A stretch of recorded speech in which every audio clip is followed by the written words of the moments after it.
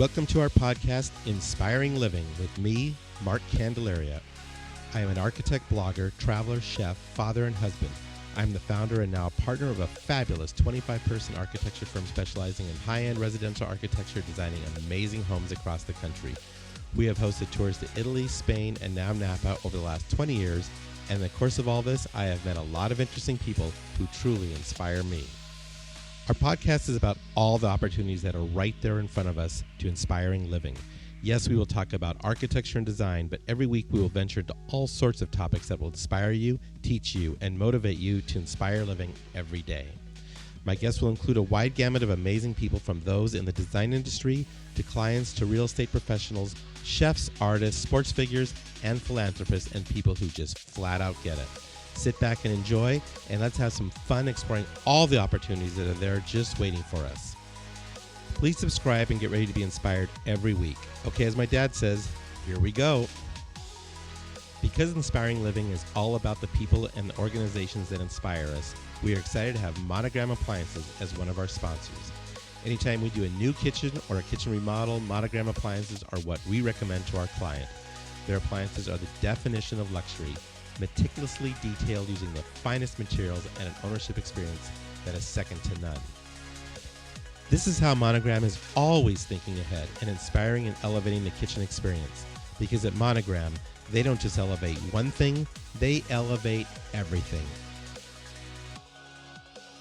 Welcome back, everybody. I hope everyone's having a fantastic Memorial Day weekend. I know we sure have enjoyed the weather and just having a few friends over. We had some friends over Friday night. We're going to have some friends over tonight. Going to make some ossobuco, a few pizzas on the pizza kettle, and we're going to have a little bit of fun tonight. Hang out by the pool, relax, enjoy the weather. We're so lucky to live here in Arizona. It's just absolutely beautiful. Got up this morning early, met a buddy at 32nd Street Trail and did a nice hike, had breakfast, and finishing up my podcast here. And I've got a great guest today. I've got a good friend, one of the most talented guys I know, landscape designer Jeff Berghoff. I've had the pleasure of working with him for nearly 30 years, and he worked alongside of my mentor, George Christensen, went to ASU. Just a lot of similarities in how our careers developed, and it's just been so wonderful to collaborate with him on so many fantastic projects. So I encourage you to listen to the podcast. I think you'll be inspired. His life is very, very fascinating. And just wanted to say a couple other quick words. You know, I look at this whole COVID thing, and I'm really kind of getting glad that we're getting back to work, because I really think we need to. I think what I see is the small guy getting the worst out of this whole deal, to be honest with you. I had Isabel had her nail salon gal come over, wonderful little gal from the Philippines. She's a U.S. citizen, works her little tail off, and she's been trying to figure out how to do the online unemployment insurance application and, you know, get all of her paperwork in and do it the right way. And, you know, I got on there, I helped her, I got her password, got her username, got all that going. And it's, you know, it's not hard, but it's not easy. Let's put it that way. And I feel bad for a lot of these people that have to try to get unemployment and are trying to do the system. And, you know, meanwhile, I went to Target a couple times this week to pick up stuff for our new kitchen, and there's probably 100 people in there, you know, walking around, half of them with masks, half of them with not. But the small business guy has to stay closed. I mean, I don't get that, okay? There's not going to be 100 people in her nail salon. There might be 2. We can wear masks. They can do everything, you know, that they should be doing in Target or Walmart or Home Depot. So you see the big guys kind of still getting ahead and fleshing out the small guys. And I really want to encourage all of you to support the small people out there and help them along. You know, they are the backbone of this country. And so whatever I can do to support my good friends in small businesses, including us. I mean, we're a small business by all terms and definition, and many of us are. And so, you know, I think it's time to get back to work. I was kind of talking to someone the other day, too, about the whole, you know, it's Memorial Day. You got people that, you know, gave their lives up. We got first responders. We got so many people that give their lives up for this country. And, you know, they're willing to go face the bullets, face the disease, face all these things for our freedom, for our way of life.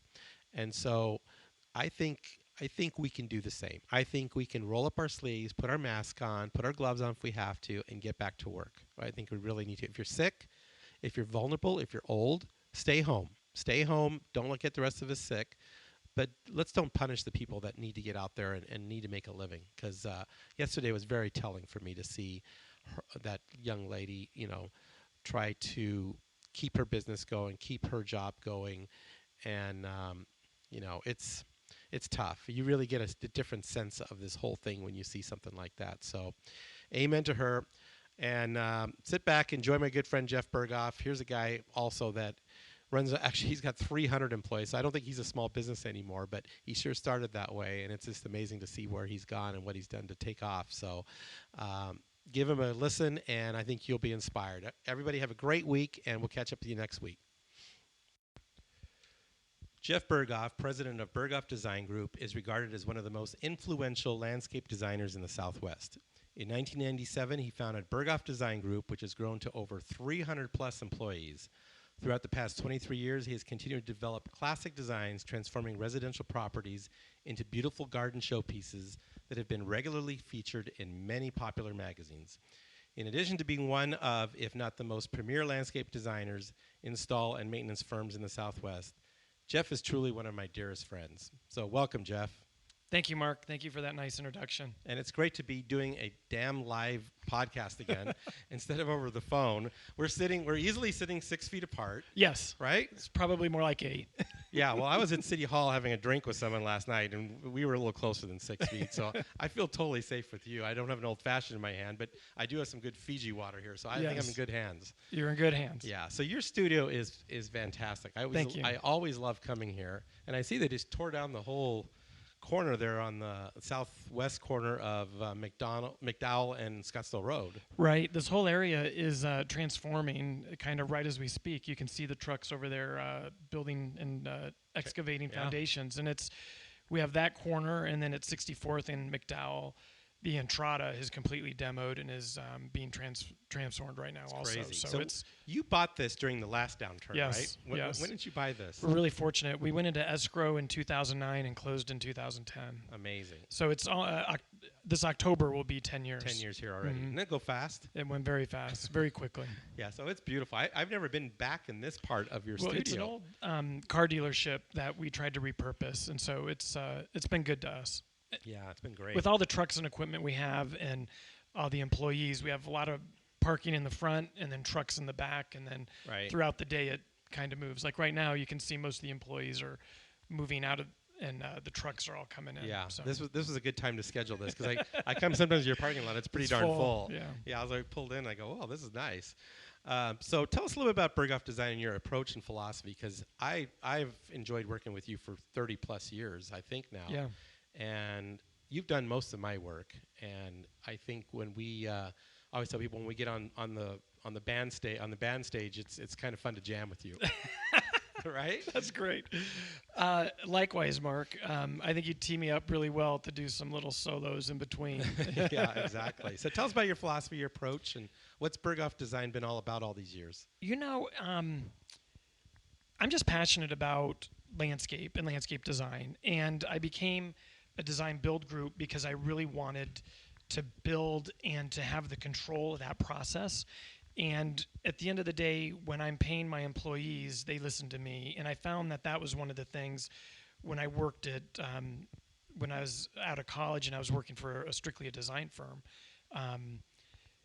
You would go to job sites and you would want to make changes, but you really had a process you had to go through of submitting the requests and getting this change order or sign-offs from owner and the contractor, and then it would finally get to the contractor, the landscape contractor, to do what they need to do. And it just took so long. It was arduous. And I wanted a much more streamlined and fast approach. And I guess I just like being out in nature, and I like being in the dirt, and I've been known to jump on a bobcat or help with the crane. And I feel like a lot of what we do is artistic, and you have to be in the field overseeing it to put that final touch to it. And there's only so much that I can communicate in my drawings that it's hard to put that extra je ne sais quoi, that thing that makes it special into what we do. And I just have a team of craftsmen that's been working with me for a long, long time. One of the guys just celebrated his 19th anniversary, and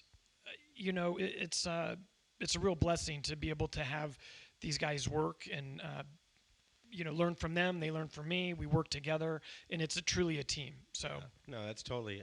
And our firm's kind of the same way. I mean, I've had people with me almost over 20 years now, and you really realize when you see other firms how beneficial it is to keep that team in place, and keep those core people. I mean, Nancy, you've been working with Nancy for a long time. Forever. Yeah. I've known Nancy forever, you know. And it just makes such a difference, and people out there don't get it until they see the difference, I think. It's like watching that Michael Jordan, The Last Dance. Like when you watch how he passes the ball or they pass to him and they know right where he's going to be right on that court. That's what it's like to have a good team behind you and to have people that work with you time and time again. And even like with you, I'm going to be there to catch that ball. Yep. And I think that's when clients come to us, I think they hire us because they know we're going to execute it. They know how it's going to get done, and they know at the end of the day they're going to have a quality product, and it's going to be a showplace. Yeah, and I use that analogy almost verbatim. It's like, because it is. I either use the one where you got a band and you get on stage and you just start jamming. You don't worry about what the other guy's going to do. You know that when you play this, that guy's going to filter. Pick it in. Yeah. And basketball's the same thing. If I throw the ball over my shoulder to the right, I know Scottie Pippen's going to be right there to slam it down. And so, but it is. It's so true. I think because. When we get, our teams that we tend to like to work with, because it's just magic when you start putting ideas to paper and we start meeting with clients, and it's just, to me, it's one of the greatest joys of my career is the great teammates that I get to work with. Well, it's been fun to collaborate all these years, and I know we met in the early '90s, and your partner at the time was one of my big mentors, and it was actually a professor of mine at school. Yep. And he really, when I went on my own, really was generous to bring me on to one of his premier projects he had ever done. Yeah. And that really set my career on a trajectory. Yeah. It was a perfect location. And it's kind of funny. George Christensen. George Christensen. We'll say his name for sure because he definitely had a profound effect on not only the two of us, but a lot of architects and a lot of people in this town. That he was a very kind man, good soul, very talented, and a lot of fun. A lot of fun, and he made a big impression on a lot of different designers in town. Absolutely. So you grew up here, didn't you? Yeah, I'm a native. You're a native, I was born right? in Tucson, actually. Okay, that's what I thought. I knew it wasn't here, but I knew it was Arizona. Yeah. So young Jeff Berghoff in Tucson, Arizona. It sounds like a song almost. Standing on the corner of Tucson, Arizona, planting a tree for me. So how did you get into landscape? I mean, did you have that passion early on? So I was born in Tucson, and then we moved up to Tempe, and so I really grew up in Tempe, and then kind of Tempe Mesa border. And if anybody's familiar with the Valley, went to Dobson High School and whatnot. So that was kind of my stomping ground. And it, as a kid, I hustled. I wanted a cool bike or, things for my room or, so I was mowing lawns. But that's not where I got my passion for design. I mean, it's just funny that I'm doing it today and I'm still doing it. And I'm sure many people started mowing lawns for neighbors and things. But I was always I always had a job. I always worked. And I think it was kind of in my, my grandfather is German and his father was an entrepreneur, and then my grandfather had a shop and a store. And so it was in the blood. It's in the blood, and so I just feel like it kind of, I was a kid of the '80s and the Macintosh computer, and I was really into like programming and computers originally, and I actually graduated high school and went to ASU to study computers, and I guess if I would have followed that, I probably would have been a billionaire. I would have been working. I'd be designing your house right now. Well, I guess I have designed your house. You have designed my house.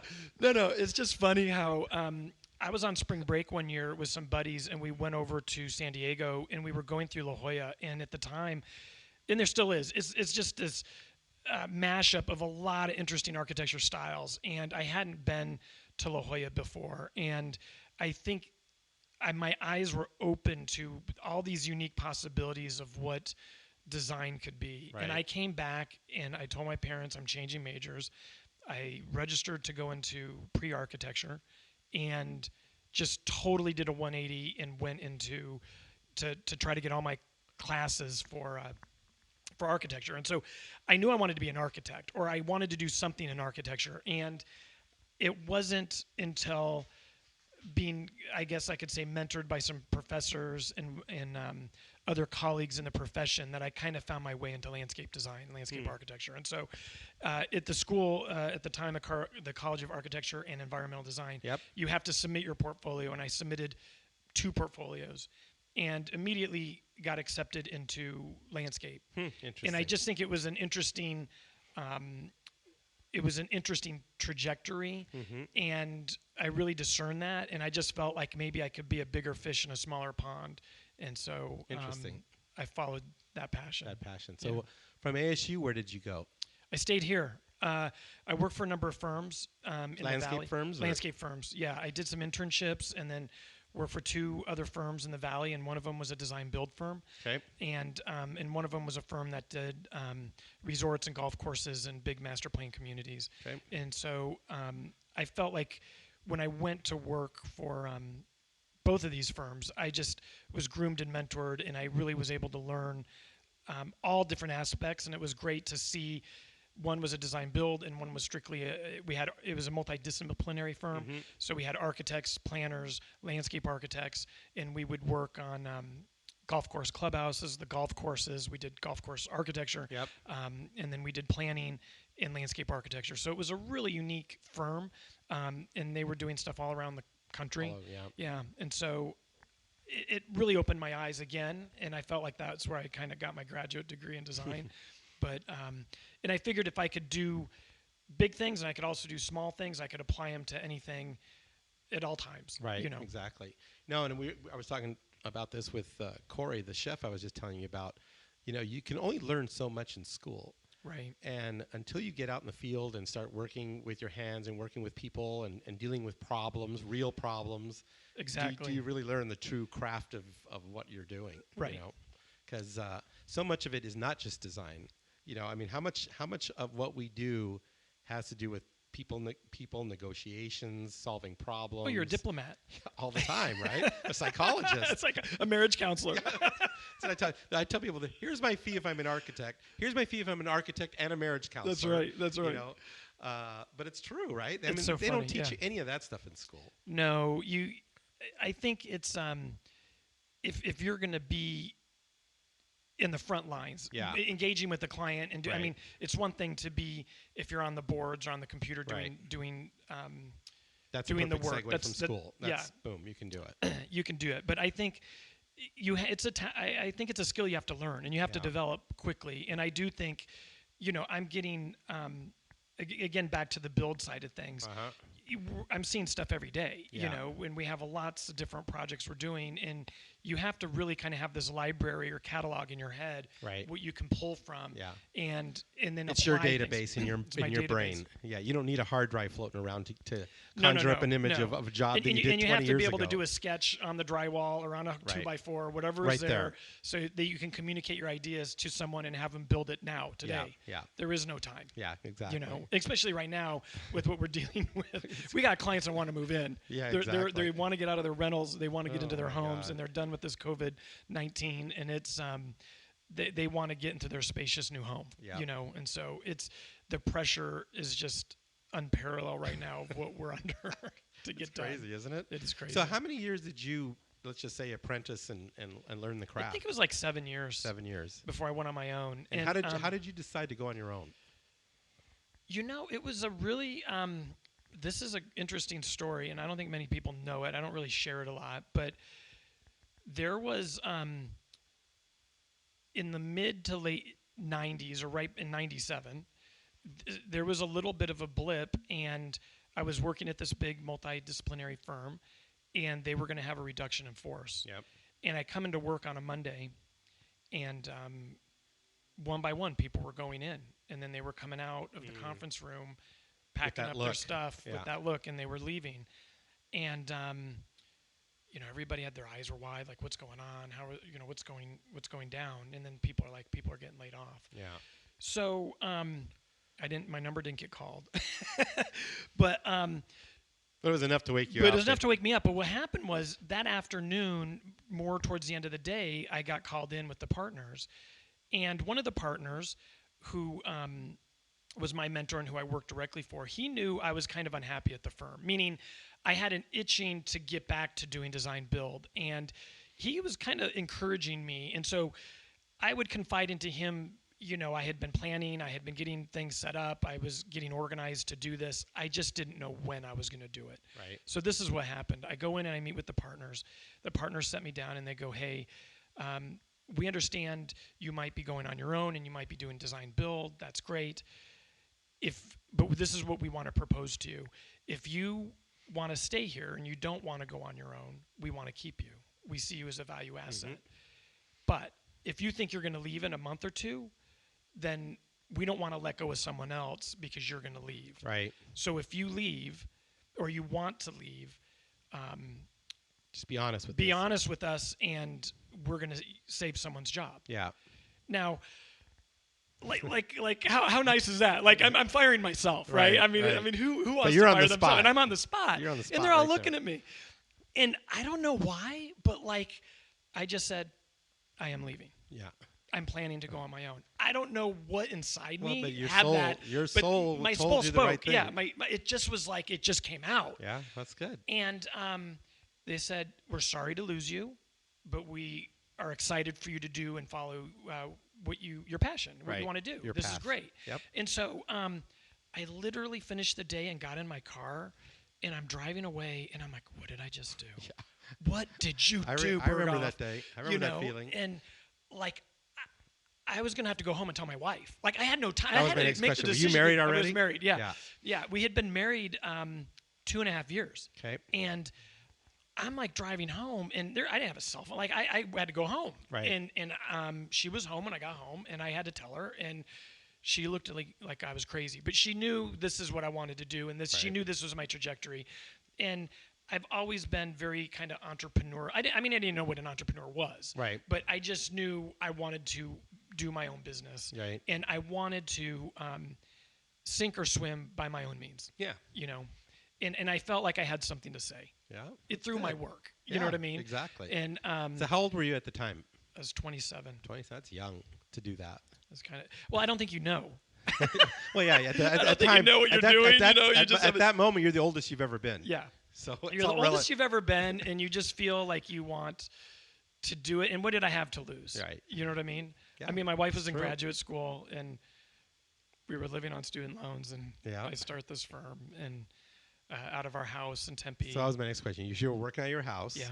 Okay. And I literally, and so this time before I actually left, this is crazy, before I lost my job at this firm, I had to go and get some equipment, and I knew that if I didn't have and I couldn't put down I had an income, I probably wouldn't get the credit. Right. So I went in and got all your stuff. Started buying all this stuff up before I actually went on my own, and essentially, took out an equity line on my house to be able to start my firm. So when you started your firm, I mean, how did you find work? Did you already have some work kind of going a little bit, or a little?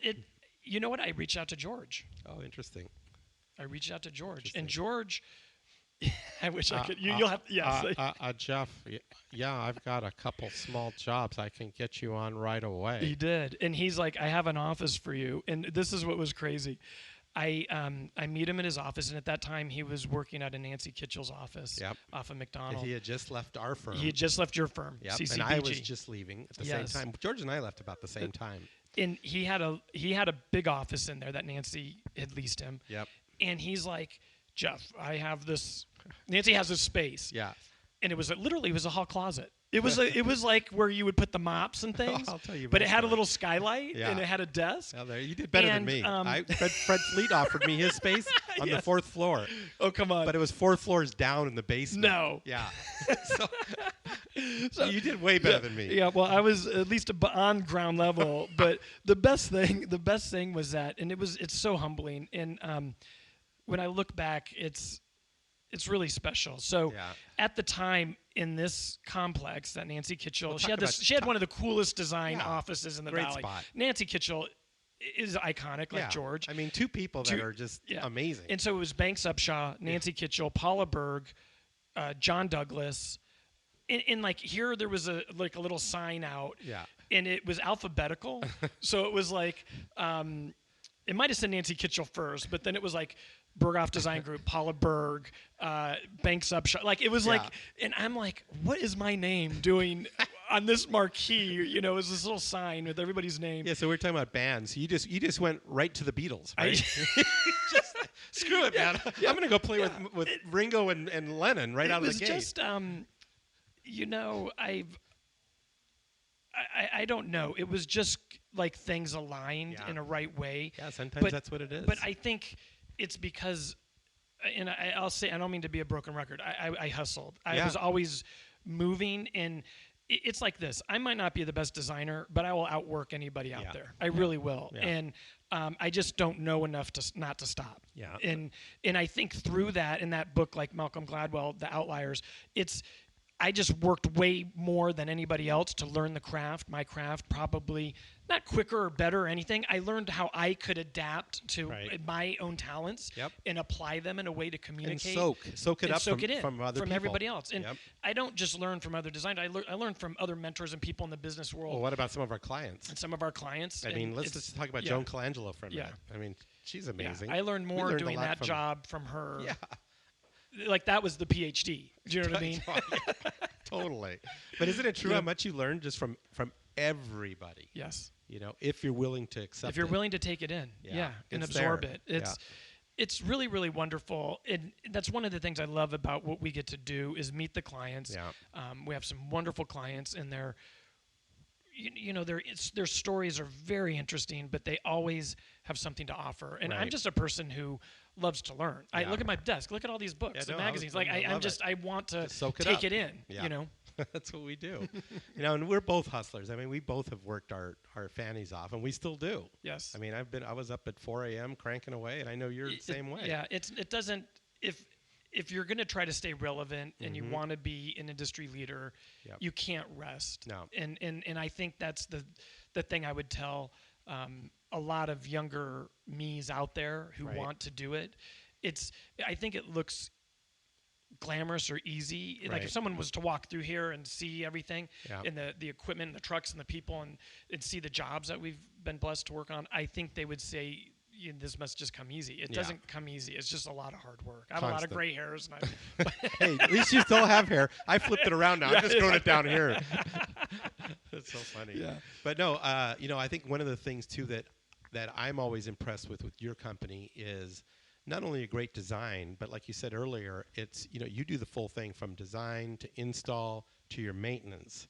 And I live in a small little patio home over 44th and Camelback that we were renting for a while. Actually, you did the re-landscaping of my last 2 rentals. Yes, and my landlord's like, "What the hell are you doing?" I said, if I'm going to live in this place, I'm going to live in your house before that. So it was kind of, it's always, that's right. So finally we just bought this one in November, and I've got you out there again doing more. Yeah. But I tell you, it's one of those things that people look at me and go, "Wow, really? You're going to do all that? And isn't it expensive?" I said, "Well, yeah, it costs a little bit." But some people have boats, and some people I love my garden. I love waking up in the morning and looking out my window, and it just makes me feel like, oh my God, I feel like I'm on vacation every day at my house. It's been interesting to hear during this COVID crisis.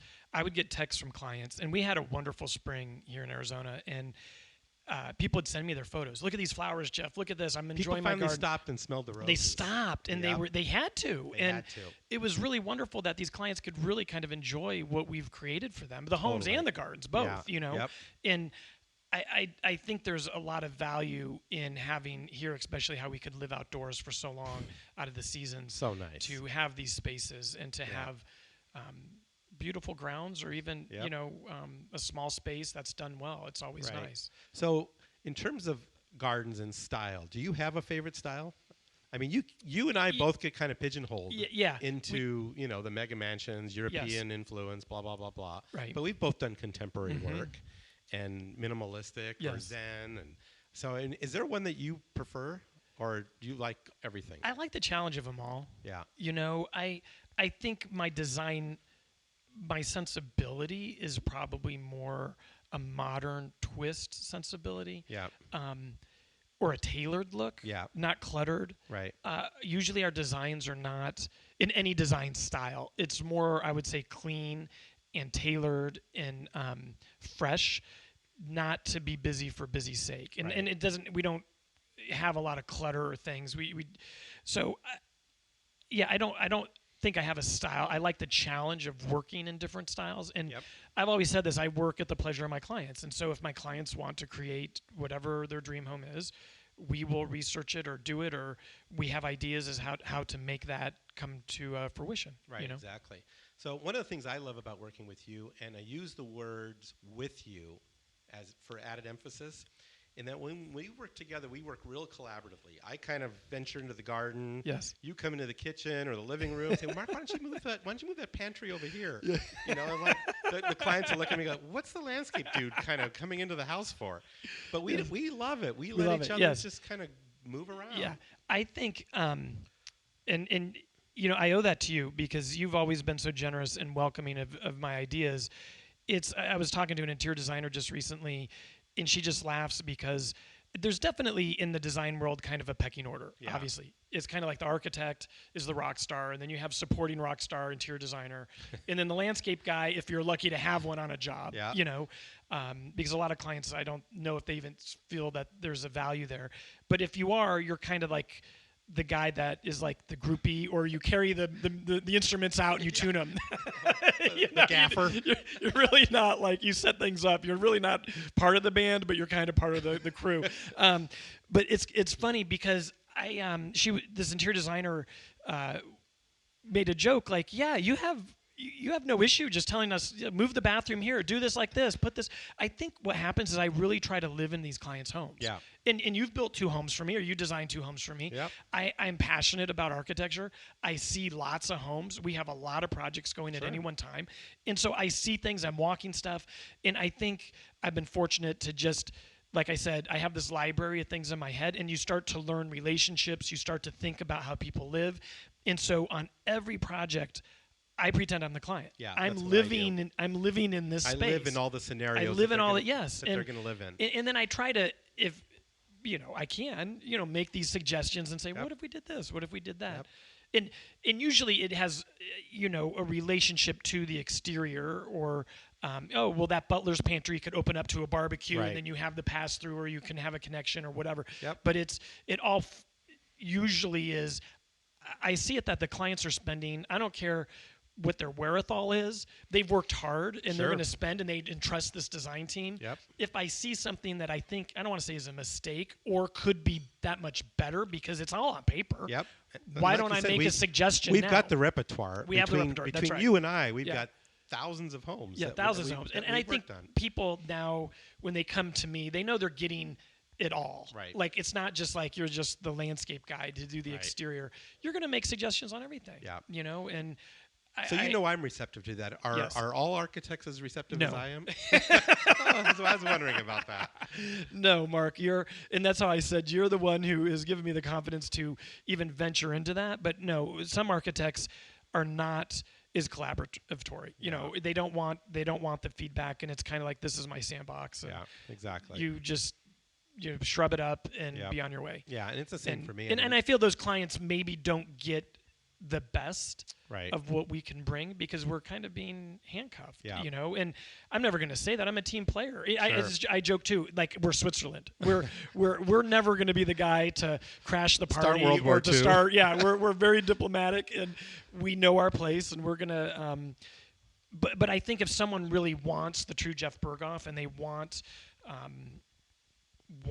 to really have the best work we can do, they'll be open to the whole process. Yeah, totally. So over the course of these years, we just mentioned, between the two of us, I know we've done hundreds, if not maybe 1,000 plus houses, if you add them all up. Yes. Can you believe that? I mean, that's amazing. It is amazing. If you go back and look, I just looked at my portfolio and I look at all the stuff that we've done, and I find them fascinating and beautiful. I'm seeing some of your pictures here that are great. And I see we're the one right there. Yeah, that's right. And some of them when I still had hair.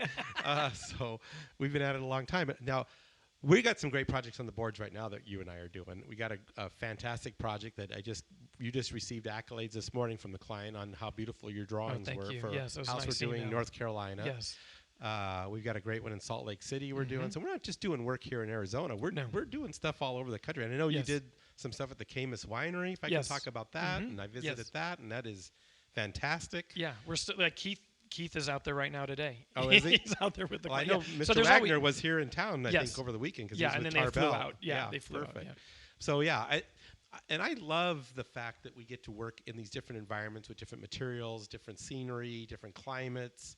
It's really fun to kind of break out of the norm of Arizona. Yes, it's again, it's the challenge. I think design is design, and I think when you're educated in design and you study the masters and you then have great mentors, you could apply this to this 100-year-old estate in North Carolina. Yep. That we tore down. That we tore down. Yeah, caveat there, it was full of asbestos and there was no way to fix it. Yeah, and it's kind of funny now that I think about it. I mean, he was so worried about the stink about it, and it never really seemed to. I mean, it's been gone now for several months. Yeah. So it's really exciting to do that. I mean, being a native in Arizona and spending a lot of time my whole life here, really, and being educated at ASU, it's good to get out and see other things and apply what we know. And I really think when you can develop a team, and we're here together, we're just a couple miles down the road from each other, it's easy for us to collaborate and really give the client a good overall project. Yeah, totally.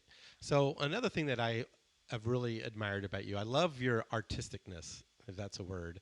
And I love what you've done with photographer Wes Johnson. Yes. How you guys have combined and collaborated and brought camels and chickens and sports cars and fashion models jumping into pools, into your gardens. I mean, what inspired that whole thing? Where did that come from? I think, you're going to laugh, or your audience is going to laugh. It came from Ralph Lauren. As a kid growing up in the 80s, I've always been inspired, I think, by pop culture, the 80s. I thought it was the Aaron Slim thing. The photographer, Aaron Slim? Oh, Slim Aarons. Slim Aarons. Yeah. There you go. Sorry about that. Yeah, well, I think he's certainly an influence, too, because I started really diving in and studying a bunch of photographers in kind of this genre of photography. And so... And you love photography. I love photography. My dad was passionate. When I grew up, we had a dark room in our home in Tempe. And cool. I learned... I'd go in there and watch him do the enlarger and the process, the prints, and we would develop our own film. And throughout high school and early college, I was really into photography. But when I started my business, you kind of get away from that. And now I've entered back into the whole realm of photography, and it's been great to even share that with my kids. And so, but like what happened was, Wes comes out every year, and we do a 3-day blitzkrieg of documenting the work we've been working on. Right. And we both nowadays shoot together, and then Wes takes the cards and edits it, and we each have our own kind of perspective on the garden, and it's neat then to see how it all comes through. Right. And one day we were walking home, and I said to him, wouldn't it be awesome if I could get some models, and like we were doing this, and we had wardrobe, and like it not like corny, like people are sitting there in a chair drinking wine, like a Cialis commercial. Right. It's bathtub. like with a bathtub. It's like, what if it was really avant-garde and someone jumped off the roof in a gown into this pool? And he's like, I'm in. You just tell me when. Yeah. And so I cool. really started to think, and my process was I went back out with my camera and I started photographing these homes.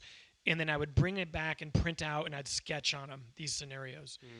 And what's funny is I kind of approached it like how we build our gardens. Yeah.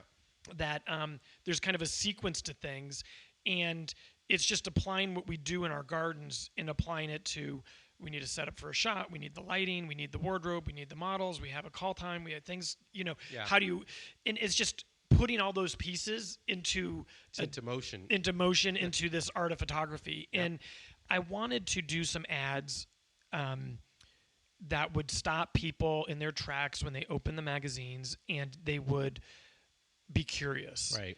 And so I came up with this tagline,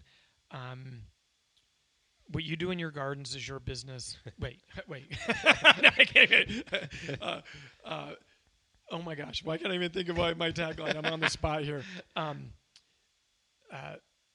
It'll come to you. It'll come to me. Thank you, This is Mark. old stuff. Anyway, old guy stuff. it was the whole idea was to put these models doing avant-garde, goofy things, and you really stop and look, like that photo behind you there. Yep. Like, what is going on? This lady's driving out in a Porsche, and her friends are running after, like, don't leave us. Right. There must have been some type of fight.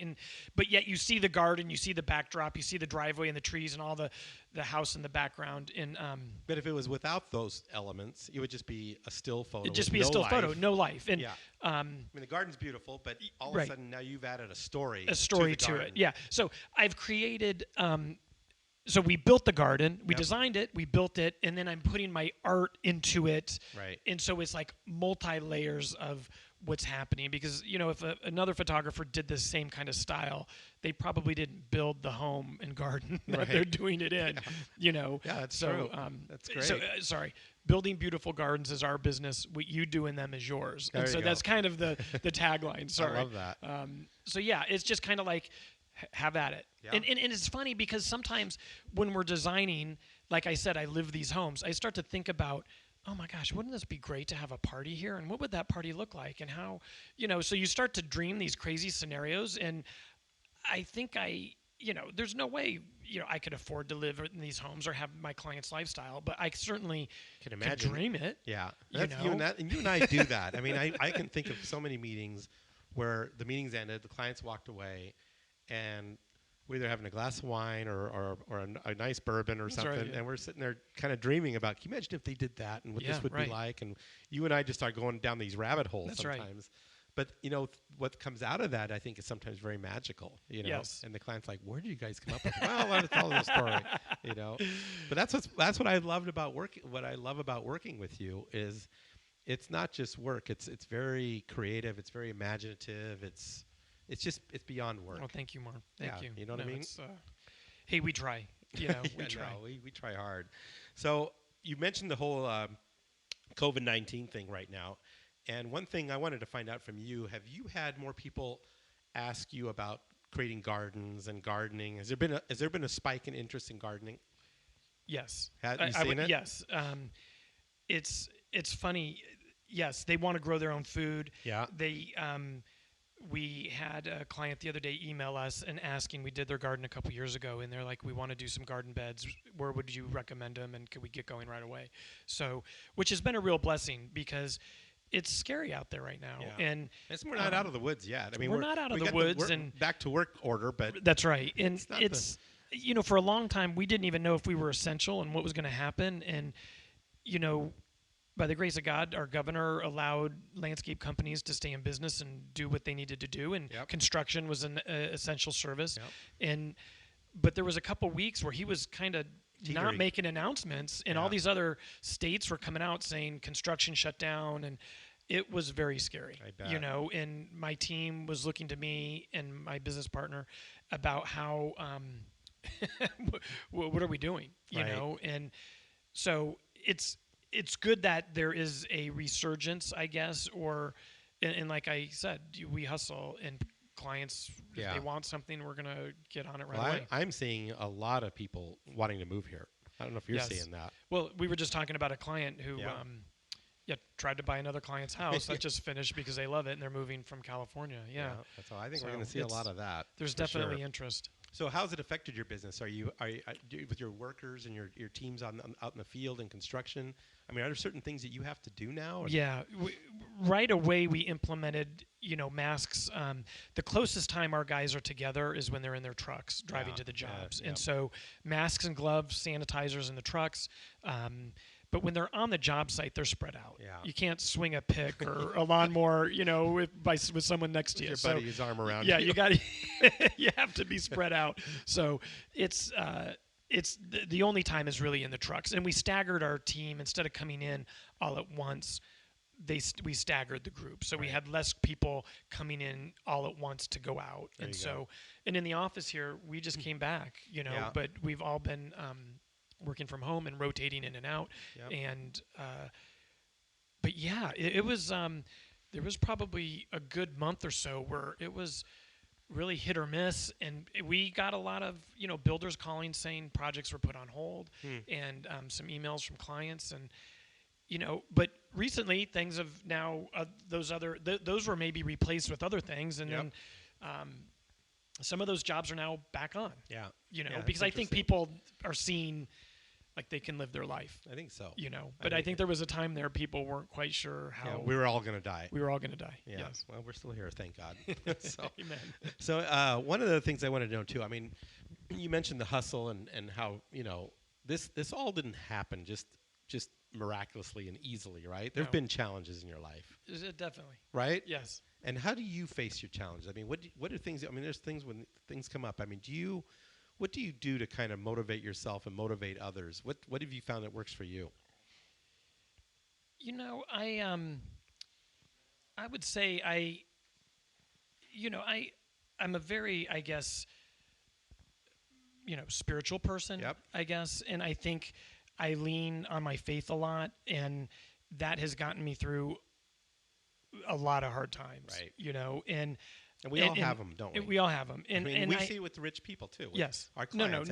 Money doesn't make it any easier. No, I mean that's a myth, and it's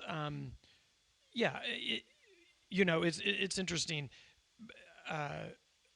My life, 3 weeks after Stacy and I were married, my mom dies. Yeah. And years before that, I gave my mom a kidney, so she was ill. Right. I remember that story. And it's been hard, And then we get married, and we have our first child passes away, and so we've had a lot of hardships, and we've been our faith has kept us together, and we've been able to have real strong community help us through these times, and not to mention just in being in business and wanting, I pray for wisdom and guidance every day. I don't know. I certainly this isn't of my doing, and I think I just try to be a good steward. Yeah, that's awesome. And I feel the same way. I've faced plenty of tough times, and what's gotten me through is my faith.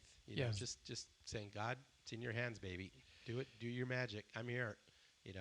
And sometimes you just can't figure out how you're going to get through some things, and it just miraculously happens. You don't give up. You just keep that faith and keep going. So I know over the holidays too, I've been wanting to catch up with you. You took a trip to Israel. Yes. Tell us about that a little bit. It was great.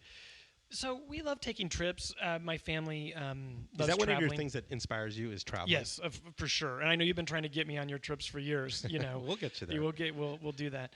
It's I'm in a group called YPO, Young Presidents Organization, and one of my good friends, his son was having a bar mitzvah, and he reached out to me and invited us. He invited a bunch of us in our forum, in our group, and we've always wanted to go to the Holy Lands. Now, we were going for a Jewish bar mitzvah, but we're Catholic, and we wanted to see the holy sites. Right. But it was really awesome to see it from both perspectives. Sure. And it was so eye-opening. I mean, I felt so comfortable there. It's such a wonderful country. That's what everybody says. Israel, Tel Aviv. Your timing was good. It was really great. You just barely made it. We made it, and we made it home. And talk about a spiritual place. And I mean, I've been to the Vatican. We've been to the Assisi. We've been all over to many holy sites around the world. Right. And, going to the Western Wall, going to Bethlehem, going to the Church of the Holy Sepulchre. It was really life-changing, beautiful moments to experience, and to also see the richness of all these faiths that live in such a tiny place. Yeah, it's like Maricopa County. Yeah, it's like the old city is so tiny, and you have the Muslim quarter, the Jewish quarter, the Christian quarter. It is so. But it's interesting that it's all right there. It's all right there. And why is that? All these lives come together in that spot. And something happened. Amazing. Amazing. It's amazing to see. We think of all these safety and requirements our homes have to have, and you're going up, up and down and all around, and there's no handicap, and there's no railings. There's no railings, and there's no lawyer sitting there waiting to, give you their business card. It's so amazing. Went to Caesarea, and just to see these old Roman aqueducts and how the Romans created. And it's just all ruins now, but Yeah. it's Can very you similar to imagine? Rome. But 2,000 years old. I mean, It's insane. it's beautiful. Yeah, So it is amazing. It was a wonderful trip, and on many levels, and so fortunate that we had my friends actually had lived there for many years, and it was kind of like this insider's trip, almost how you would That's do cool. Italy or Spain. Yeah. To be able to take you to all the cool places that locals go Yeah. and see it from their perspective. That's the best way to travel. I love that when you just get off the beaten path a little That's bit right. and away from all the tourists, and it's amazing, isn't it? It was amazing. Yep. Yeah. So I have been fortunate to be a part of designing two homes from you. You Yes. mentioned it earlier. Your first home was more traditional, Yes. and then the second home we just finished is much more contemporary. Yes. So I got to ask you, which of the two did you like better so far? Well, it's They're quite different. they're great homes, beautifully done, and we lived in different stages of your life. different stages of our lives, and our we lived in our first home for 10 years that you did, and it's a wonderful home. Nance Construction built it. David Miller helped with the interiors, was masterful. Your architecture, my garden. It's one of the favorite teams Yeah, we like to that work was with, fun. and the home just had a soul. Yeah. And we were, I think, good stewards of it for 10 years, and we were able to pass it on. Yep. And the new home was a neat, interesting kind of experiment to do more of a urban home, much more contemporary, on kind of an infill lot. Yep. And it was, we love it. And that's what the funny thing is, and you've heard this, but is we would go there to see how this house was being built. Like, the kids got more and more and more excited about it. And we really just were like, yeah, this is going to be a great home. And it's so light and bright, and we have some really great art, and it's just big and tall and spacious and airy, and kind of with a mid-century twist to it. Yep. And I like having kind of the original home was much more detailed and trim and casings and all the cabinetry and more traditional. And this home is it's kind of stripped down, edited, and it's freeing. Yeah. And I think especially kind of this, Stacy would tell me, especially during this time, the COVID time, like, she's been so happy to be in our home. That's like nice. She really is just so thankful we're in that home. Yep. And I think it's the light and the play of shadows, and how you get this dappled effect throughout the day, and how the sun tracks. And then having, it's funny, Mark, and I kid you not, but your home, so this street we lived on before was this quiet cul-de-sac. And this was a classic line from my daughter. She would go like, "Dad, there's someone out front taking pictures again of our home." All the time. And our house lived to the street. Yeah. The kitchen and everything lived to the front. And we had a lot of, French doors and exposure to the courtyard. front. And you would see out, and you would see the cars. This house is different. You come through a private gate, and it's a very courtyard, and it's like a compound. It's like a little compound. And you just look out into it, and there's no distractions. There's no cars. There's nothing. And it's very peaceful. Right. And so you don't have that distraction at all. You don't have that when distraction. You're in the compound. You're in your own little You're in universe. your own world. It's our house. And it's kind of been our sanctuary during this time. That the kids, and we got a new dog, and they would play, and now we're using the pool, and it's just been wonderful. So I can't thank you enough. Well, I got to do a call out for Damon and Meredith. Yes, that's right. The design team. They really teed that one up, and they did a great job. Yes, so. And I got to thank Luke with Vista General, who did a wonderful job. And it was a different type of house, and I think it was. I get a lot of compliments. And people don't even know I live there, and then they show me photos of my. Again, now I don't see them taking pictures of it because I can't see the street, but they still come by and take pictures. That's funny. And anyway, well, we got to get that one photographed. We need to get that photographed. Yes, that's right. That'll be fun. Yeah, for sure. So, what's ahead for Jeff Berghoff? What are some of your dreams, and what is on your bucket list? Oh, Mark, good question. I don't think I have some plan here. Any type of master plan. I love doing what we do. Yep. And to me, I think I'll be like George and be We're doing fortunate this. We can do this for a long time. For a long time. You know, Yeah.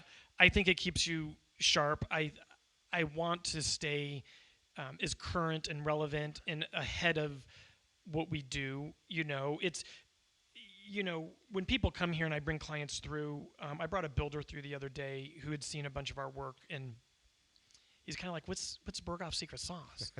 So I have him come here and I take him around and I show him the whole facility. And he was just like awestruck, like, what? How did you come up with all this? And it's not me. Yeah. It's my team. Yeah. There's a lot of great people that work here. Clients, you mentioned a few. the whole thing. And it's like it all comes together to make this. And I just want to keep doing it because I love doing it and I love being creative. Yeah. And I want to continue building. Yeah. And well, you're a people person too. And yeah, and I'm fed by that. It's funny. I'm actually an extroverted introvert. Yep. Yeah. You are. That's a good description of you. I'm actually. fueled by going in and reading my books and magazines and getting into my head and being creative and doing my photography. But I live kind of this extroverted personality when I'm at work. Right. And like I don't go to a lot of industry things because that exhausts me. Yeah, a little bit of that goes a long way. It really kind of I have to like retreat inward and but I don't know. I am doing a really interesting. Some of what I'm doing is I'm looking forward and I'm thinking about kind of down the road, right. Like the next version 2.0 of either Jeff Berghoff or Berghoff Design, and I think I could see. You know, my daughter has been having a really showing a very strong interest in wanting to go to design school, and so that's awesome. I think, you know, I don't know if she will come in and be part of this. I don't know if she will come in and just be some other design. Yeah. We are going to do probably here soon. I'm thinking of, this sounds crazy, but I'm probably just going to buy a house and do a project with her. And let her kind of be the interior person. And it kind of started that way on the house we live in. Yeah. And trying to engage her. And I want her to learn a skill and That's a great idea. She's interested in interiors. Yeah. But like how much better to like actually do a one-off full-scale project. Right. Well, it's like we're going to skip the model phase. We're just going to go right into. No, I'm a firm believer of that. You know, I think it could be fun, and then make it like a rental. And so I'm really looking at doing some kind of development and things like that. That's and cool. Some little projects where hands-on and maybe some of my team here will get involved. And what can we do to take our talents and apply them to other kind of parts of what we do. Right. You know, maybe other income streams and stuff income streams. Yeah. And, you know, and I'm kind of the firm believer that school's great and everything. I went to pre-architecture, but I never went to the final architecture school. I just started learning from George, you know. Right. And so I think I really embrace what you said in that, you know, I think apprenticeship and just digging yourself into a project and learning from the pros and the mentors that are out there. That's right. I think you learn as much, if not more, to be honest. It's back to that 10,000 hours, and I think the sooner you can kind of get into it and accumulate it, you can be so much further ahead. Yeah, and for sure. So I don't know. I just think we will probably be doing some fun things like that, and well, you and I have talked about teaming up on some cool like webinars and maybe some seminars where we tour people through a couple houses and come back and talk about them. We do need to do that. And I think cook and do all that. So I'm so impressed with what you're doing, especially reaching out into the podcasting and doing these seminars or webinars, or we talked about doing photography and bringing Wes and doing maybe a trip. And I think I do want to give back. Yeah. And I recently did give you and I both. We gave a talk to a bunch of photographers, and I kind of talked about a little bit about my story and how I did my exhibits. And I think I want to give back, and I want to try to be what George was, or even what you were to me, and other.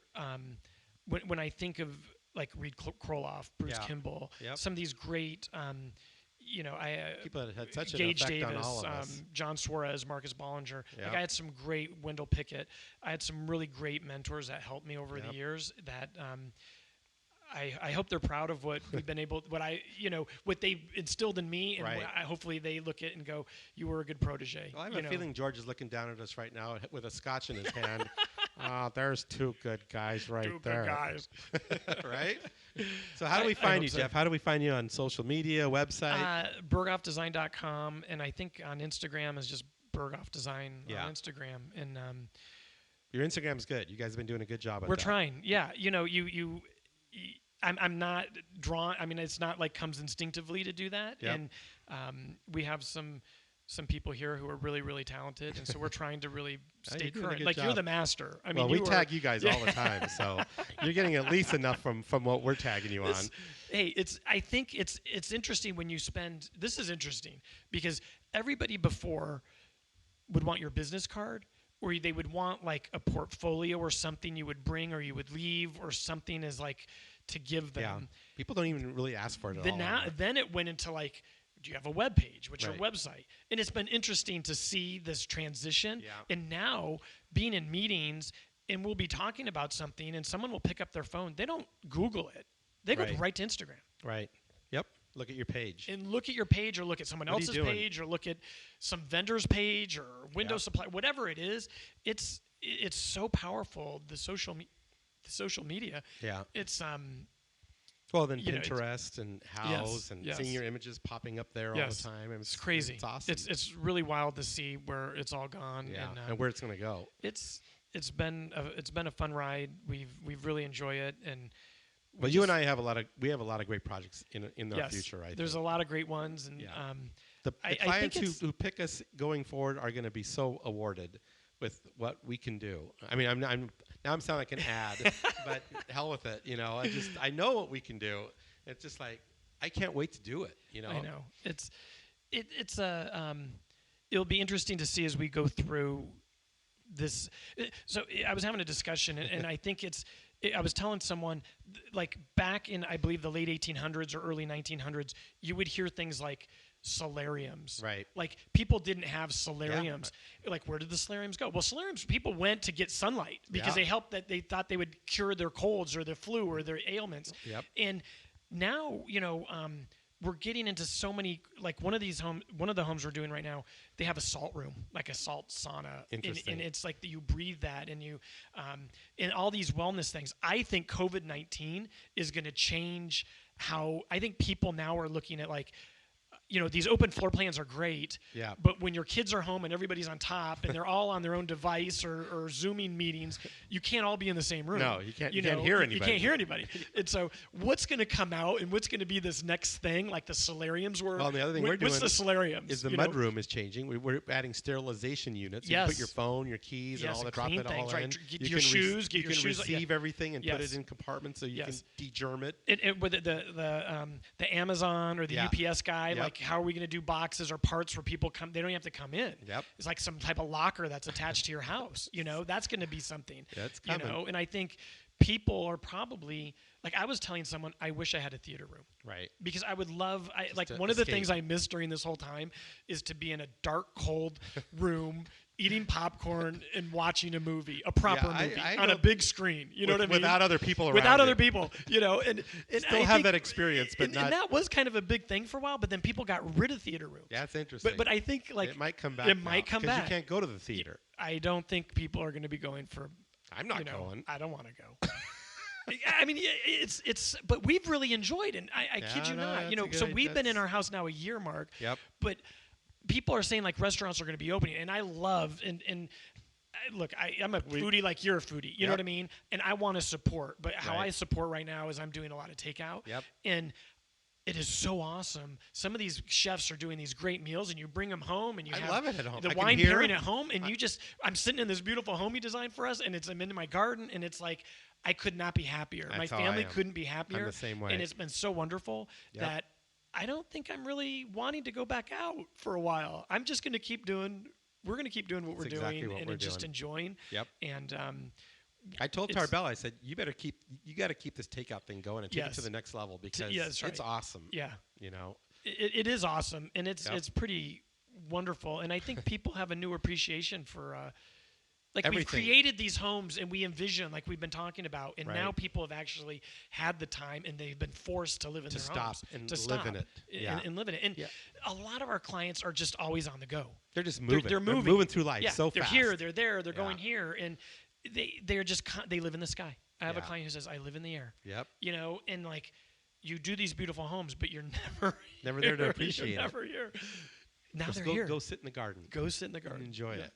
Yeah. Yeah. And enjoy your home. And Enjoy your so, life. That's right. Yeah, totally. Well, I think these homes, they really do add to the richness. to the richness of your home and your family. And Yep. I mean, in your experience. in your experience. And I think it's wonderful that people are be able to do that. And I think what my prayer is for the future is that people will continue to want to do that. Yeah. And create great design teams that will bring their skills and their talents to elevate people's Yes. lives. Mm-hmm. Yeah, totally. I mean, that's our tagline. Our tagline is inspiring living. That's the name right. of our podcast. And that's what you do. And that's what we want to do. We do want people to slow down, enjoy their life, enjoy their home, enjoy their garden, enjoy their kitchen, because this is it. You got one shot, That's know. right. And we're all on this, like I said, we're on this hamster wheel going nowhere. Right.